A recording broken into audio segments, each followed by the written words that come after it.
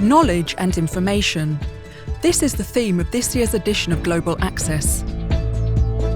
The importance of knowledge has been evident to man since the beginning of time.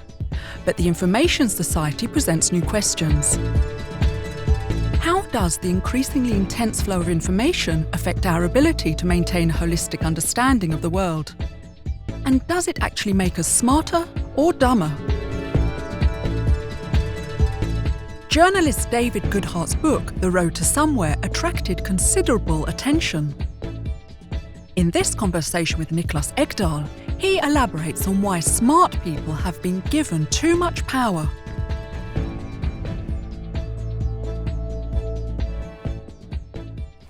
There's been a million attempts to try and explain the discontents in Western societies that led to Brexit and Trump. And you have suggested a new explanation, that smart people became too powerful. Could you please explain that? Yes. I think what we've seen, particularly in the last sort of 40 or 50 years, is the sort of consolidation of cognitive ability. It's very hard to define, but kind of analytical intelligence, the kind of intelligence that helps you pass exams, has become so much the gold standard of human esteem in our societies. I mean, it's obviously always been the case. You go back 60 or 70 years, it tended to be the brighter, more ambitious people that ran our businesses and government. But we still, I think, going back a couple of generations, we still had a space in our society for other human aptitudes, character, hard work, resilience, virtue, experience. These things, I think, counted for more going back a couple of generations. And in the intervening period, we have seen the huge expansion of higher education in almost all our countries, and obviously universities are places for the cognitively able, and they help to increase the domination of the cognitive ability. Used to be more randomly spread out in our society, but because of the expansion of higher education, we sort of hoovered up all the clever people from school and sent them into universities, and from universities to run our institutions. And we haven't thought very much about the effect that has on the people who are not, either because they're unable to or because they can't, for whatever reason, join that large minority of the cognitively able in running things. We haven't thought about the shadow that it casts back on people. I mean, just to focus on one area, the way in which non-graduate employment, the status of non-graduate employment, certainly in America and Britain, which I know best, has declined enormously. I mean, there used to be, one shouldn't be too nostalgic about the skilled jobs of the industrial era, but they gave society a kind of middling ballast. People doing jobs of some status and prestige, getting middling levels of pay, and what gave those jobs prestige and protection was experience. So you were a lathe operator in an engineering factory. You may not have required a high level of cognitive ability to do that job. You did require a lot of experience to do it well, which meant that somebody couldn't, a highly educated person couldn't just come in off the street and replace you. Now, a lot of those jobs have now disappeared, and we have more of a kind of hourglass labour market. And I think a lot of, nearly 40 or 50% of all jobs in the UK are now graduate only. Right, but isn't this basically because of technological change and market forces that sort of rewards cognitive ability, or do you see sort of a cultural, spiritual shift, if you will? Yes, I mean, I think both things are true, but markets also reflect underlying social values, attitudes and values, and I think one of the very big problems is that people, in a society that's become more overtly dominated by the cognitively able, people connect cognitive ability with human value, with human, we admire, but too much. I mean, people who happen to have one particular human aptitude have, like I say, it's become the gold standard of human esteem. And those people that don't have it or haven't been able to exhibit it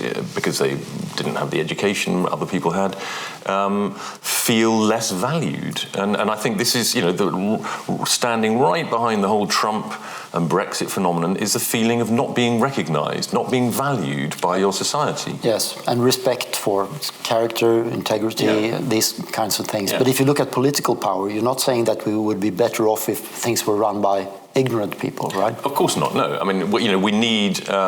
somebody wrote me a letter after I wrote my last book, The Road to Somewhere, about the people who see the world from anywhere and the people that see the world from somewhere, the more mobile, highly educated versus the more small C conservative, more rooted people, saying that actually a good society has a balance between the three H's, the head, the hand, and the heart. It comes from the children's books author David Lucas. That's right, yeah, David Lucas wrote to me. No, I mean, this is an idea that sounds a little bit new agey, you might say, but I do think there's quite a profound truth in that, and that we have become very, very much more a head society. Almost all Western societies have become very much more head societies in the last 30 or 40 years. And I think it is a fascinating question to think about how we might be able to adjust that. As you say, markets, this is partly a response to markets. We now value the returns to education are now much higher, which has contributed to some of the widening inequalities.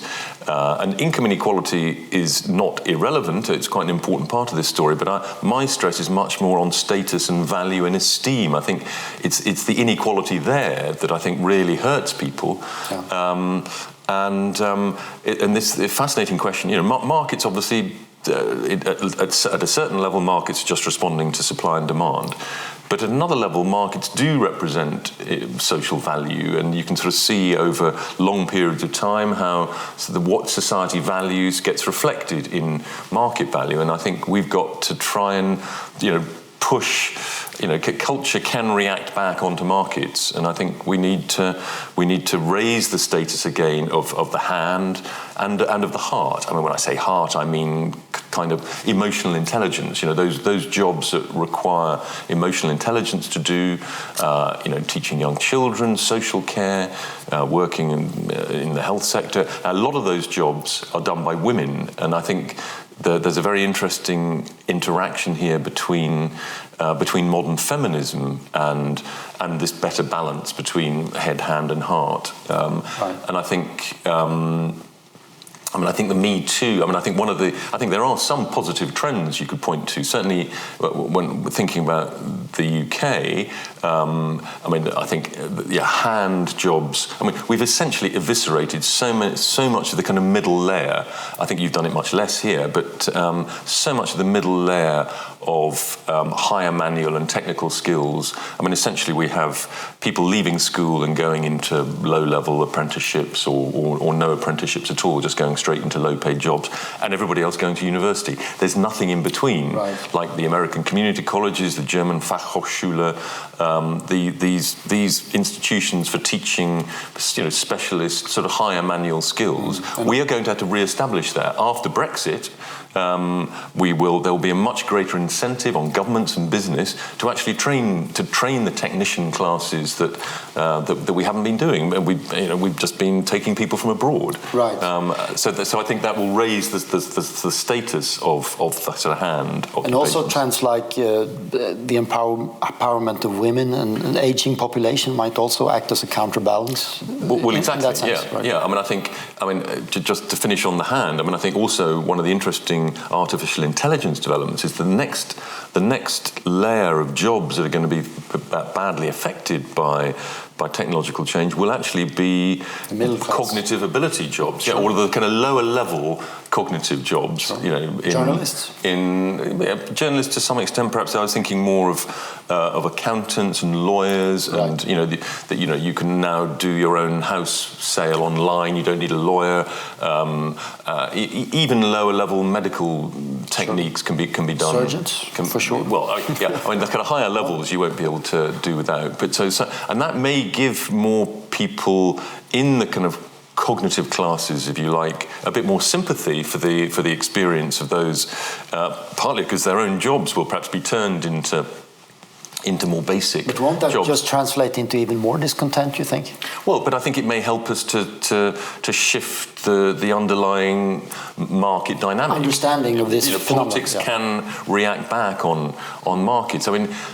Because what we're talking about here is one of the great sort of modern dilemmas of politics that is very rarely articulated. Is how can we constrain meritocracy? How can we constrain the cognitively able who have increasingly come to dominate not just the economy, we call it the knowledge economy. Obviously they dominate in the education sphere, but they've come to dominate politics too. And how can we restrain their political power without disincentivizing them? We need clever people to run society, but we need them to not be so dominant and to not make everybody else feel so bad about themselves. And respect other and as you said, I think the question of female power is very interesting here, and I think the Me Too episode, what that says to me is that we have seen a significant increase in female power, particularly in the kind of upper professional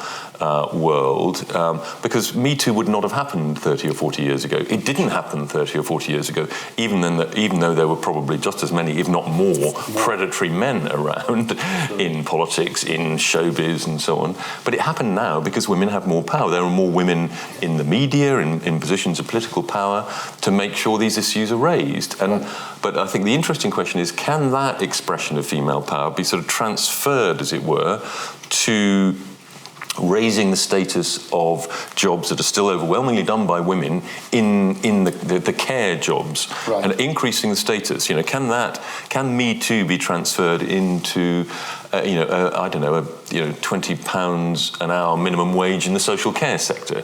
And that depends, I think, on the argument within feminism. Can feminism has generally been quite a kind of professional women-led movement. And can it take? And therefore has been rather sceptical about what would have historically been seen as female aptitudes. The female altruism. The female as more caring than male. Feminism has often been rather at war with that idea. But actually, we need feminism to become more caring and family friendly in a way, if we are to achieve this adjustment. And if you look at this balance, the three ages, as you call it, the hand, head, and heart, and look at the media. You have a long career in media, almost 40 years as a journalist. How is media striking the balance between head, hand, and heart, would you say? Well, I think the media tends to be dominated by highly articulate people. Attention spans have become shorter and shorter, so people seem to be even smarter than they used to be. I remember actually watching a TV interview with a politician from about 30 or 40 years ago, and it was extremely deferential. The politician spoke very slowly.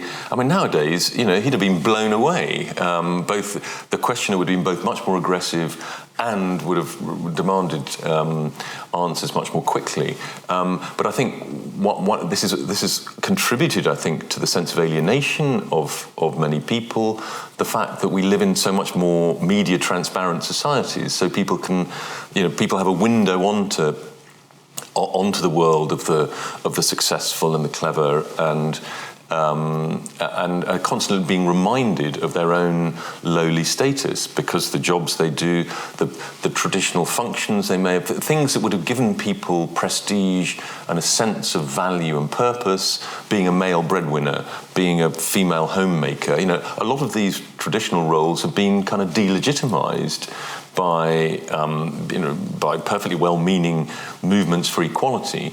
But I think we need to restore a kind of balance in that area as in others. Mm.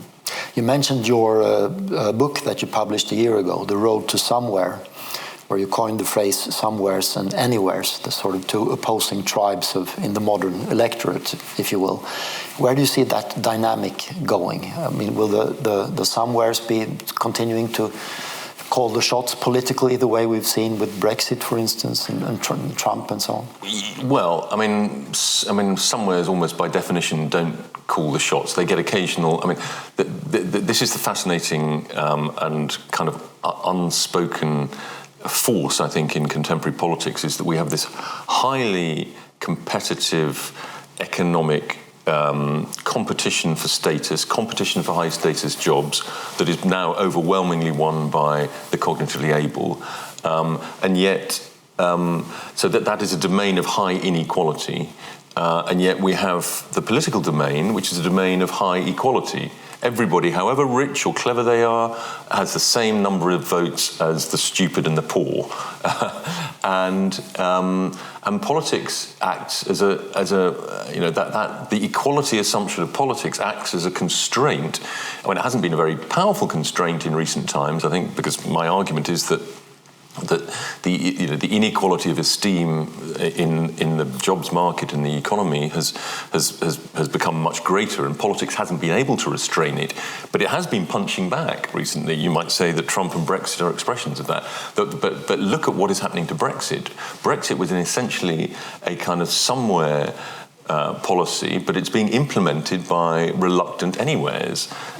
So it isn't really working very well. I mean, having said that, I mean, it's a bit of a mess, but it's a Could it work well, even theoretically? Yes, I think Britain will be fine in 5 years' time, 10 years' time. I mean, what we're arguing about is essentially what kind of balance we should have between economic alignment with the EU to reduce economic disruption or economic loss, and the freedom and the freedoms and the opportunities we could have from our reclaimed sovereignty. What kind of balance we want to have between the reclaimed sovereignty and reducing economic risk. I mean, that's the kind of difficult balancing act. Yeah. But I think Brexit will be fine. I mean, you're very good at sort of explaining the message from Brexit. But is it a good idea? I voted Remain. I thought we had quite a nice position, sort of on the edge of the European Union anyway. We were a little bit like you. We were not in the euro. We were, and there were various other things we weren't in, like Schengen, and we had a kind of halfway house status that I thought. But I mean, I was kind of 50-50. I mean, I'm not unhappy with Brexit. I think, and there will be some economic disruption. But equally, I mean, I do hope that we retain the ability to use. The whole point of Brexit, in a way, is it's about preserving national identity and preserving national democratic accountability. I mean, the truth is, more and more things have been taken out of the democratic contest in recent years, and this is one of the reasons why people have behaved apparently irrationally with their vote, because they feel they don't have any levers to pull any longer. Right. Again, particularly perhaps people in the bottom half of the cognitive ability spectrum, or people who feel less powerful, less empowered in their own lives, value political equality, as I said earlier. They value the levers they can pull to constrain the more successful people in society. Right. But the more and more things we take out of the democratic contest, whether it's all these decisions about, GM crops or whatever that are taken by WTO committees, all the decisions taken by EU committees, and these aren't trivial technical things. That is things like mass immigration. That we know we can no longer control mass immigration from Eastern Europe. Things like, how your industrial and regional policy, you're effectively not really allowed industrial and regional policies in the EU because of the level playing field, state aid rules. I mean, these are really pretty fundamental things. And a lot of the kind of the anywhere classes, a lot of the high cognitive ability anywhere classes aren't particularly concerned about sovereignty because they have a high level of sovereignty in their own lives. They understand the arguments that you have to pool sovereignty, that you may lose something in giving up power to Brussels or the WTO or whatever, but you get it back in terms of wealth. But if so much of that wealth, disproportionate amounts of that wealth are going to that same anywhere class, then it's not seen as a good trade by the ordinary voter. Right. Sweden is definitely going to miss Britain in the Union, but that's a different story. That's our problem in a way. Come and join us outside. I don't think we will anytime soon, but you're joining Norway in a way. When you published your book last year, you wrote an interesting piece in Financial Times, a rather personal piece, how I left my London tribe, right? How did that announcement go down with your former cosmopolitan tribe? Well, I guess I've kind of lost one or two friends in the last few years as my own political views have shifted. I was very much part of. I used to run the magazine Prospect. It was very much part of the sort of left liberal world. Although we did always at Prospect question some of the shibboleths of contemporary liberalism. But you're not alone. I mean, there are other people who've made the sort of similar journey as you, right? Yes, I guess so. I wouldn't call myself a conservative. I've become more attracted to the American political scientist Daniel Bell talks about this combination between his own political credo. He was talking ages ago, back in the 1970s, 1980s. He talked about being a market-friendly social democrat in economics, a liberal in politics, and being somewhat conservative in social and cultural matters. And I think it's a very healthy combination, and one I think that speaks to a kind of hidden majority in our societies, that for all sorts of historical and contingent reasons our party system has never really reflected that majority. It actually came quite close at the last election in 2017. The Conservative Manifesto was probably closer to that combination than any party manifesto in recent times. It was really, for a centre-right party, it was really quite to the left economically. It was talking about serious attempts to restrict high directors' pay, and talked about workers on the board of companies, and was really quite interventionist economically, but was also very much embracing the new kind of national spirit of Brexit, and talking about restricting immigration and so on. And I think that was and actually that the party did very, very well. It got 43% of the vote. It was the highest vote they'd had, I think, since the 1983 Falklands election. However, it was eclipsed by the fact that Jeremy Corbyn had done so unexpectedly well himself. So we tend to forget how popular that combination was. Right. During the Brexit campaign, one of the conservative catchphrases was that this country has had enough of experts. Remember that one? Michael Gove said, yeah. Do you agree with that? And it's a bit along the same lines as your argument, right? Yes, I think obviously there are kind of the neutral, objective, scientific experts. The people that keep the planes flying or remove our brain tumor or whatever. He's not talking about the chattering class. Exactly, he's talking about the humanities departments of universities. The idea that that the average member of the commentariat or intelligentsia sort of objectively surveys all the data on some economic or social or political problem and then comes to conclusion is complete nonsense. The highly educated, just like the less well educated, come to their decisions as a result of their own personal lives, their own intuitions, their own biases, their own emotions.